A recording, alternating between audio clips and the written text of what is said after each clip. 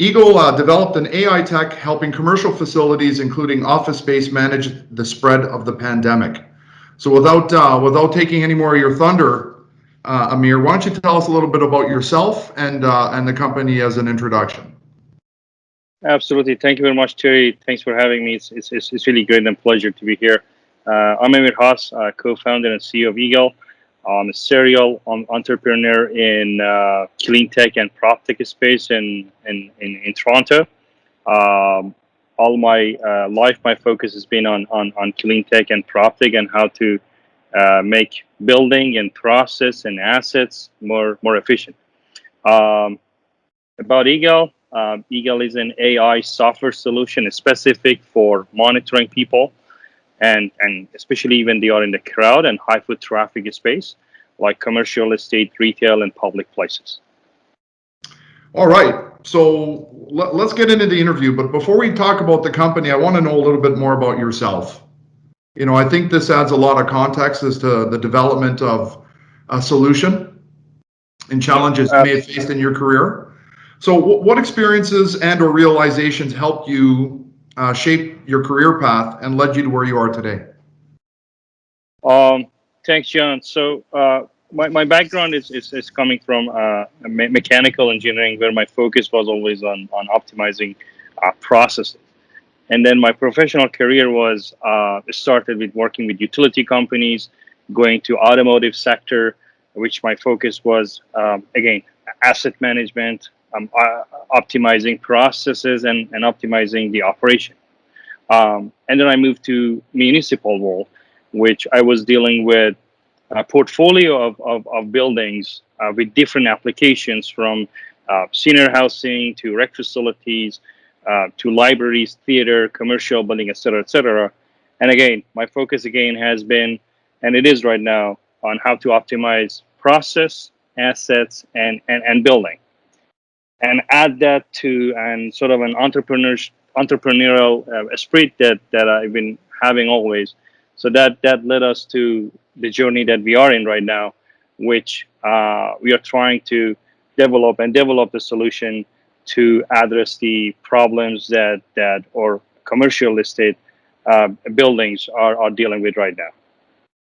So tell us a bit more about your PropTech journey in itself. You know, it sounds like you've touched a lot of different businesses and you've seen a lot of problems, but wonder how did you actually find your way into PropTech, and what drove the shift from PropTech in asset management to starting EAGLE?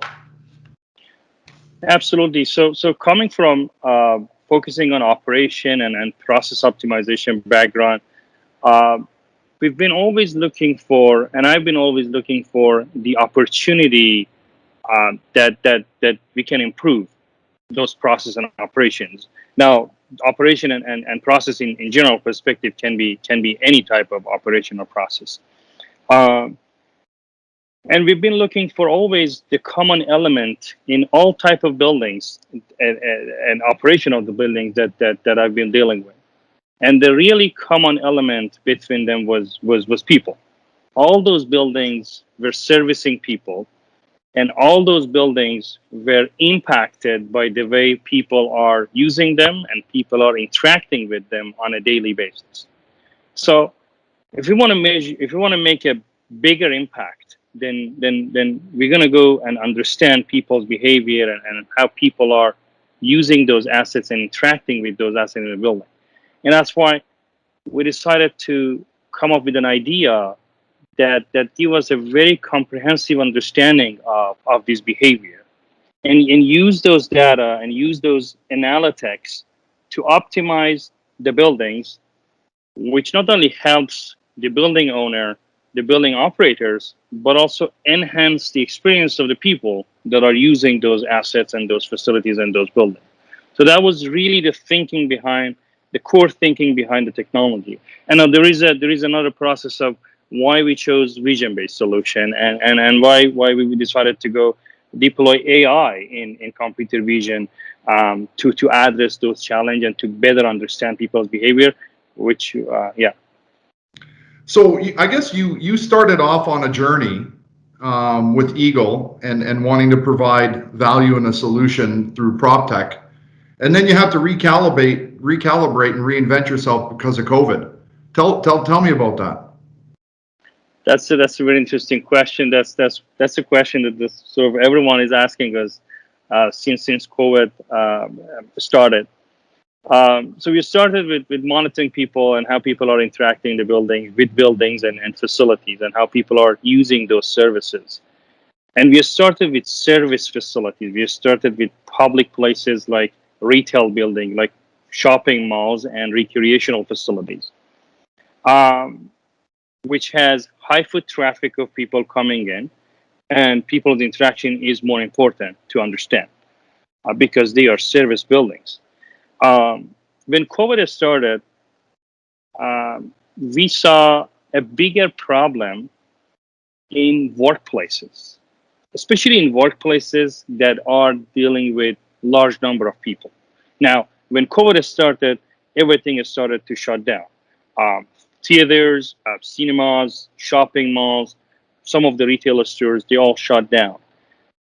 What left open and had to operate was manufacturing facilities, workplaces, because people had to work to keep the economy going, right? And at the same time, business owners had to create a safe environment for employees to feel safe to come into work. Now, that was a bigger challenge for workplaces that were dealing with larger number of employees, 500, 1,000 employees coming in one shift in a window of half an hour. Now, how are we going to manage them? How are we going to manage that traffic? How are we going to make sure that they are screened and they come with symptoms and mitigate the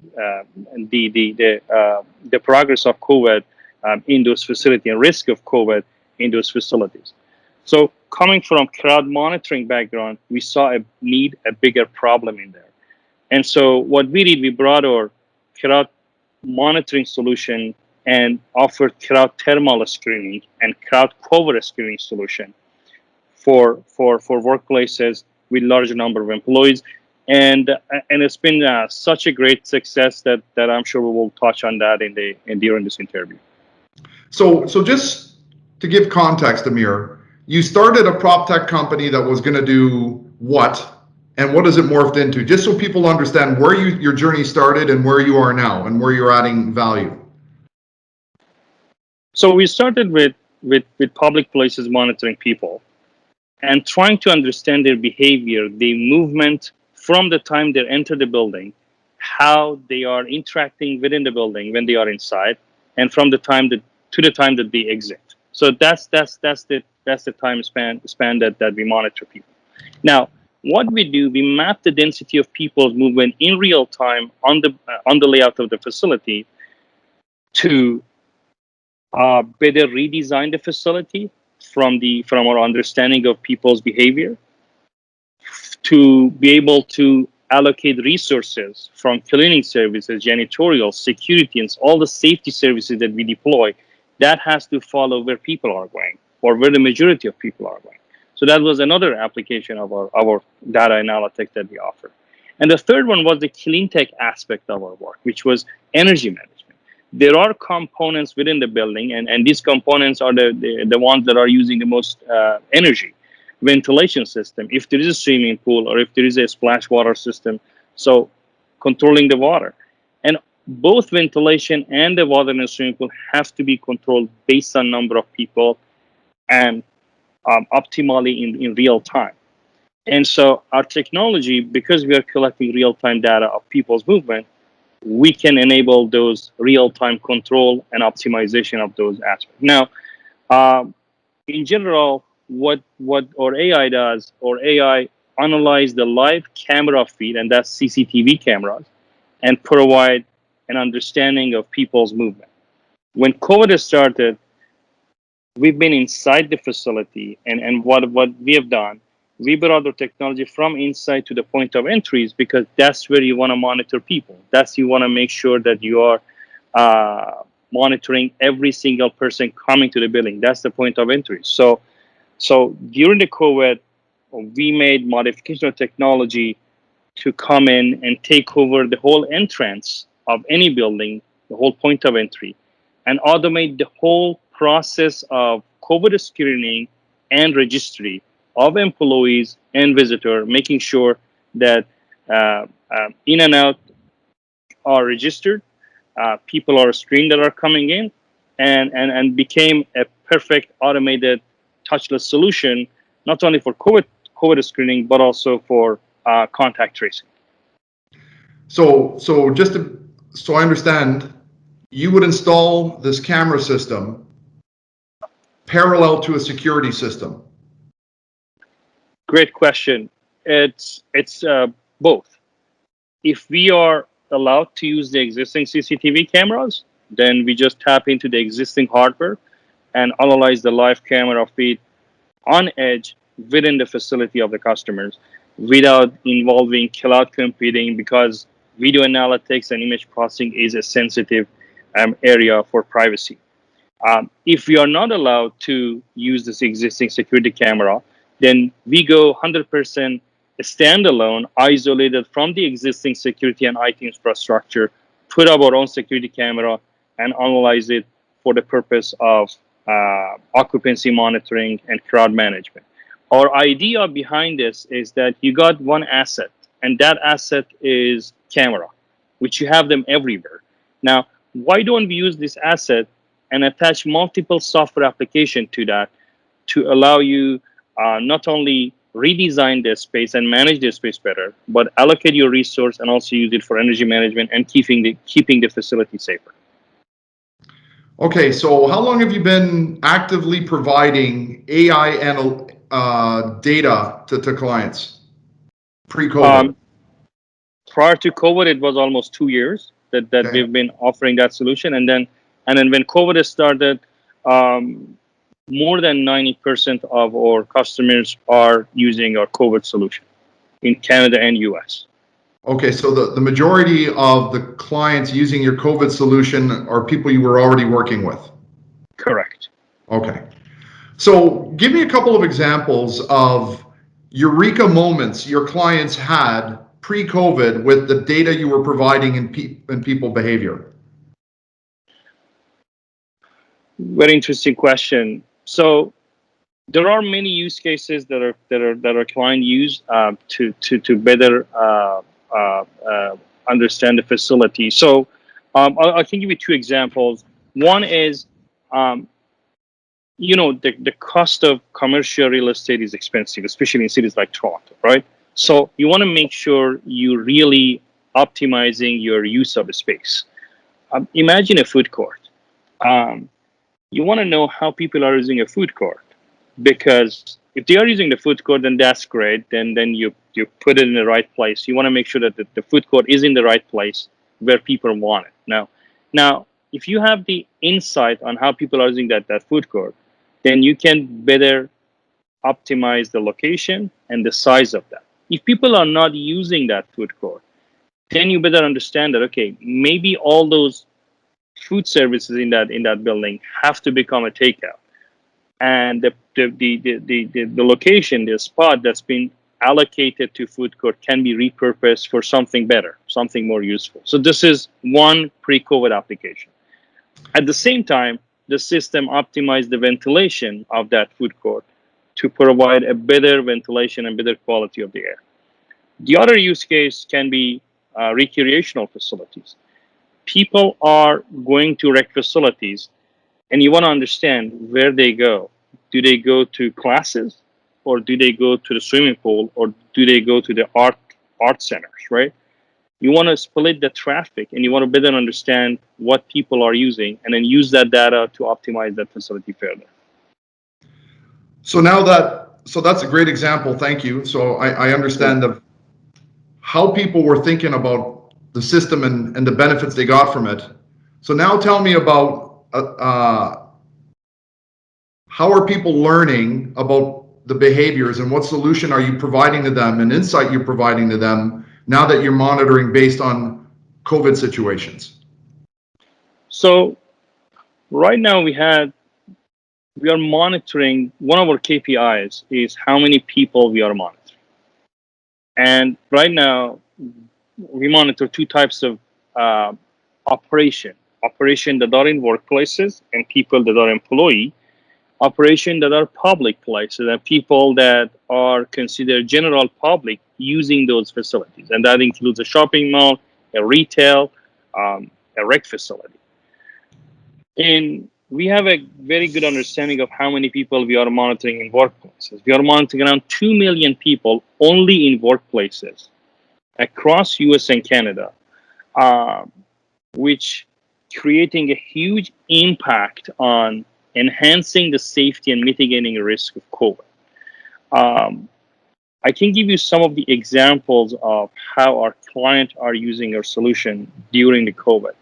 Yeah. Obviously, we are, what we do, we automate the process of COVID screening, make it unmanned where employees are coming in, they go through a COVID questionnaire, through a touchless unmanned process, and then they go through our crowd temperature screening solution, which the system not only count them to address the capacity restriction, but also check their mask for compliance assessment and get their temperature done without any interruption in traffic flow of people and without stopping them or slowing them down, and then provide them access to through the access control integration that we offer. Now, in this whole process, on average per workplace, we are saving around $30,000 per facility per month on only labor that they used to deploy to manually check people. And this is in workplaces. In public places, an example of a retail, a large retailer store, we save around $200,000 per store annually on labor that had to deploy to manually manage people, manage the cloud of coming in. These are two examples of how customers are using that. Aside from keeping the facility safe, get the business going, and creating that perspective for employee that this owner or this business owner is they do whatever they can to keep the place safe so you guys can come to work. I do have another example. I know we should have mindful of time. In one of the facilities in GTA, which 1,500 workers are working on in over a 3-shift operation, our system flagged 4 person with fever and blocked their access to the building. Turns out that all 4 of them had COVID, and all 4 of them were carpooling. So we flagged them all those 4 over 2 days. Now, what's the benefit of this to the client? Avoiding an outbreak, avoiding a facility closure, and keeping 1,500 people in the job and providing service to the community. And did those 4 people come in close contact with others that you were able to pick up on your system? No, because we do monitoring at the point of entries. So their access were blocked right at the point of entry to the building, automatically. Okay. Yeah. That's so that's great. So it's really about the fever and someone having fever. So someone having fever, this is one of the symptoms of COVID, aside from the question that we are asking. So fever became for the ones for the COVID cases that are they have symptoms, then fever is one of the most common symptoms that they may have. And so a lot of our customers, they don't take the risk and they want to make sure that they get the temperature done. Now, this becomes a trend and a change in the process, in HR process, that especially in some sectors like senior housing, like pharmaceutical, sensitive industries, that becomes a trend that these measures are not going to be only for COVID. This is going to be a post-COVID, because we don't want any people with symptom of even regular cold to come into a building. Have you, a lot of companies now are starting to go through rapid testing. Are you integrated with rapid testing at all? We work with a couple of companies to integrate that to our solution. Integrating, I mean, not technologically, from process perspective, we integrate that to rapid testing. So the answer to that is yes. We're also getting a lot of inquiries, especially in US, for with commercial building opening up in summer, and especially public places, entertainment sector, sport venues are opening up in US. We get a lot of inquiries about how to make sure that these people are either vaccinated, and if they are not vaccinated, they have to go through a screening process, and how to split that volume of people and making sure that the facilities is still safe, even though it's going to be running at full capacity, similar to prior to COVID. So, what makes your system different than others? Very great question.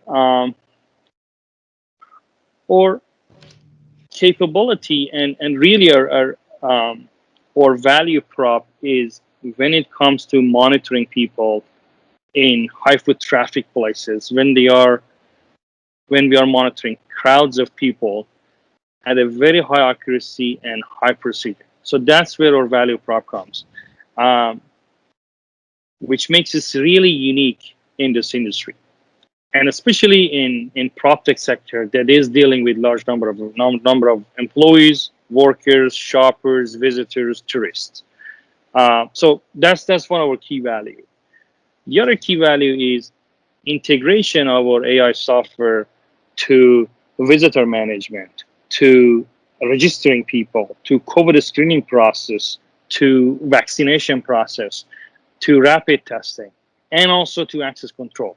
And that shows the expandability of technology to offer a full-fledged service and making it one-stop shop of us coming in, take over the whole process and automate it.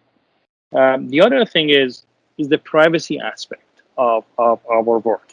Um, we are not working with temperature data, records of people, processing images, analyzing the videos. These are sensitive areas which have to go through very strict IT and privacy assessment with any corporation that we work with. Um, and us being an edge processing technology, keeping all the data within the facility of the customer, analyzing all the data without recording any single image or video, uh, that makes us, that's one of the things that makes us a privacy compliant. Plus us not collecting any personal information and not doing any facial recognition during this whole process makes us unique and privacy compliant. And one of the reasons that we could uh, really easily work with federal, provincial government, municipalities, and very large corporations in Canada and US with strict IT and privacy and legal restrictions is our privacy compliance. Okay, that makes sense. So let's fast forward out beyond COVID. So vaccines have all rolled out. We're back to our normal. What's the permanent long-term solution for EAGLE? So I don't think we ever gonna go back to how it was prior to COVID. Um, I think people's perspective on how they are using, how they are shaking hands, how they are greeting, how they are going to work is different. Um, and COVID was really acted as a catalyst to accelerate the implementation of a lot of technologies for remote working in place over the last year. And 1 year was good enough time for corporation and people and employees to test out different ways of working, which now they are familiar with. And so there's going to be always a hybrid approach post COVID in terms of going in person or going remote. So it's not going to be back to where it was. And this is really important because if we know that it's not going to be the way that it was, that means we have to do all those analysis and assessment that we did prior to COVID. We have to do them again because we need to understand how people are behaving, interacting, and using our asset and facilities moving forward. So there's going to be a huge demand on analyzing people's behavior, people counting, people tracking in public places to optimize all the services because all of them require a lot of adjustment and tuning post-COVID. So sort of along that same line, what do you think about digital and PropTech as it relates to transforming the built environment? In Toronto, are we there today? Have we arrived at the digital building, or are we just starting? And what is that going to look like in the future? I think I mean obviously Toronto is a hub for technology. Commercial estate, based on the digitization index that's released every year by year. Commercial estate is like in the middle of the chart. They are not that great. They are not that bad. So they are average. And innovative commercial estate companies. I don't want to name them here. They've been doing a lot of pilots prior to COVID. They were trying to digitize the building as much as possible, and some steps were taken, but I don't think we were there prior to COVID. Now, COVID accelerated that process, that need to the technology, and acted really like a catalyst that they are now moving much faster than they used to do, because they have to keep up with the new demand, either high demand or low. But they have to keep up and they have to adjust to the new way of thinking that people do, and to the new way of people using those buildings, right?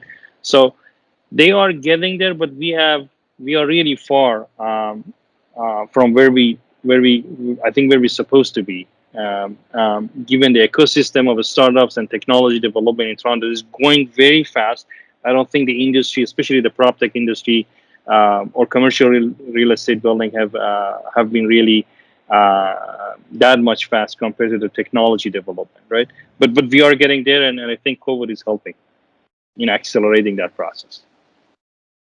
Yeah, I would agree with that. So do you feel that having a system like yours will help bring people back to the commercial office space? There's been so much debate about bringing people back to work. How many people have approached you and said, I want to install my system, then I'm going to start to bring my people back? All of them. All the systems that we have, all the 2 million people that want to only in workplaces, the managers, the decision makers install the system so people feel safe to come back, right? You gotta create a safer environment for people to come back. That's one. Second, from operation and cost perspective, you want to make sure that the service that you are supplying matches the demand of people using that facility, right? So the demand is going to be more. What we see right now is triple of what we saw last year in terms of the demand, especially with vaccine. Vaccine is helping. I mean, vaccine is helping for businesses to go back. That's what government wants also. They want business to be back by sometime in between the spring and summer, and that's what's happening right now. So there's going to be a lot of demand of people calling us, and we're seeing right now that, hey, we want to monitor people, we want to count people, we want to see how they are using it right now. How long does it take to install your system into a building? We have multiple solutions. We have ones that are movable that we just ship and they just plug and play. And then we have more sophisticated ones that we set up cameras and analyze the camera feeds. How long it installed to set up a cameras, like a security camera system, that's how long it takes for us to do. If we are only monitoring point of entries, which is usually the main concern right now and the immediate concern, it's a couple of hours. So let's fast forward out 15 years from now. And even in the building that you're in, how will that be a digitally different building? What will that look like in 15 years from now from a digital and prop tech perspective? Good question. I want to add something to this, and that is, prior to COVID, what I was expecting to see 15 years from now, I would say now I'm seeing 5 years from now. Okay. That's how much good. I think COVID is really accelerating that process. So what I would see 5 years from now in all the buildings is that from the point that I enter a building, they already know where was I? Where was I before coming in? Was I in a Starbucks, Second Cup, Walmart? And now I'm coming to this building. I'm doing all my digital registry. I'm going in, and they are mapping my movement, and they understand what I look at, what I do, what art I like, what art I look at, what aisle I'm looking at more, what I do when I go to food court. Not not me as an individual, which is unknown, and no, this is a person A that came in and is doing all this usage of the facility and doing all these activities and now going back and exiting the building in a privacy compliant way. That's how I see the building. I see buildings becoming so efficient that they can distinguish if 1% is in or 1,000% in, and how they optimize the operation from washroom to cleaning to supply to energy to every single thing, depending on how people are interacting with every single asset. And by every single asset, I mean going from a smart advertisement, digitizing the cleaning process, digitizing the supply, all that. That's what I'm saying that we will be seeing in 5 years.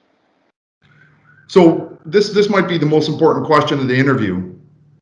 What should listeners be planning in terms of a digital strategy to ready their business? Very great question. So you needed, the first is to create a digital roadmap. And I myself was involved in creating digital roadmap for municipalities as well. So you need that roadmap to see where you want to be, right? And that always start with deploying pilots, testing it, and if successful, you expand it, you roll it out across other buildings. Where most of our managers or building owners stuck is rolling out process, decision making in terms of scaling it, expanding it, and rolling it out. Even when it was a successful pilot, they are still hesitating to roll it out. So that's one of the speed bumpers that I see in deploying technology massive scale in our building sectors. And I've been seeing that in our most innovative commercial estate companies, even in Toronto, that it is very challenging when it comes to mass deployments of technology. So that's something that really need to be addressed. Second is trusting local tech companies. We have the greatest talent in tech locally here in Toronto. And we are seeing commercial estate company going after companies in US and bring them in. Even though the Canadian services are extraordinary, better service, plus it's a local company that offering that solution. And these are reliable companies that can provide scalable technologies. But our management teams and decision makers, it's really they find it hard to trust local companies as well. So you're saying because we're Canadian, there's just this inherent disbelief that other parts of the world are smarter than we are. Unfortunately, yeah. Interesting. Well, hopefully, maybe because Toronto is a new tech ecosystem, right? But Canada as a whole is not a new tech ecosystem, right? We had great companies like BlackBerry and a ton of other companies, right? But really the challenge is that they don't find local Canadian companies as trusted as US-based companies. So in your ecosystem and you know, seeing what you're seeing in buildings, listening to owners, are there any other digital technologies out there that you'd recommend our listeners also look at? Absolutely. One of the most on-demand items that I see right now, and the reason we know that is that because we are not a product supplier, we are a solution provider. So we sit down with customers and client and define the process. What we sell process, and the solution that implement that process, right? So we get a lot of interaction with customers, maybe 80 hours of discussion with them to understand and deploy that across, example, 4,000 facilities in US and Canada, right? So that's what we get. We get a lot of feedbacks from them. Indoor air quality monitoring is going to be a huge demand because people are coming back. They want clean air, clean indoor air, and they want to make sure that air quality meets certain requirement that's set by ASHRAE, by BOMA, and et cetera, et cetera. So indoor air quality would be another technology that I see will be booming, and it's really on demand. Automated cleaning services, that's another one that we see a lot of interest and a lot of inquiries about that as well. Aside from monitoring people itself, which is the most important and the most on-demand item. That's a great answer. Thank you for that. Absolutely. Amir, any final thoughts as we wrap up this interview?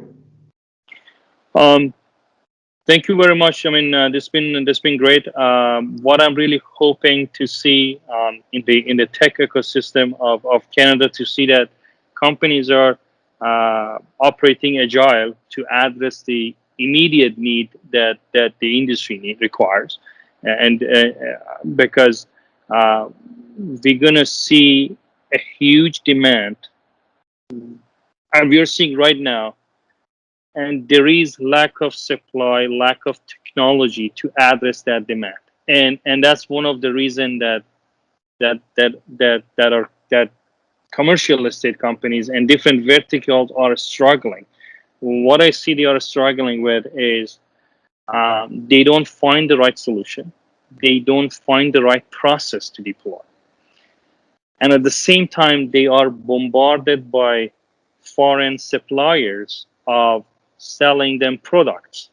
Now, become bombarded by foreign suppliers doesn't give them time to think about local companies that are offering the right process and right solution. And so that is something that I really hoping that Canadian tech companies can address, because there is really lack of supply of the right technology and right process with respect to the time that we are in right now. Fascinating. Well, Amir, I thoroughly enjoyed our conversation today. There's a lot of great takeaways. I think anyone who watches this when it comes out will really value the insight you provided. And from ULI Toronto, we want to thank you very much for taking the time today and spending the time in this interview. Thank you very much. I appreciate for your time. It's a pleasure to be here, and really looking forward to working with ULI and your audiences. Thank you. Thank you very much. Stay safe. Thanks.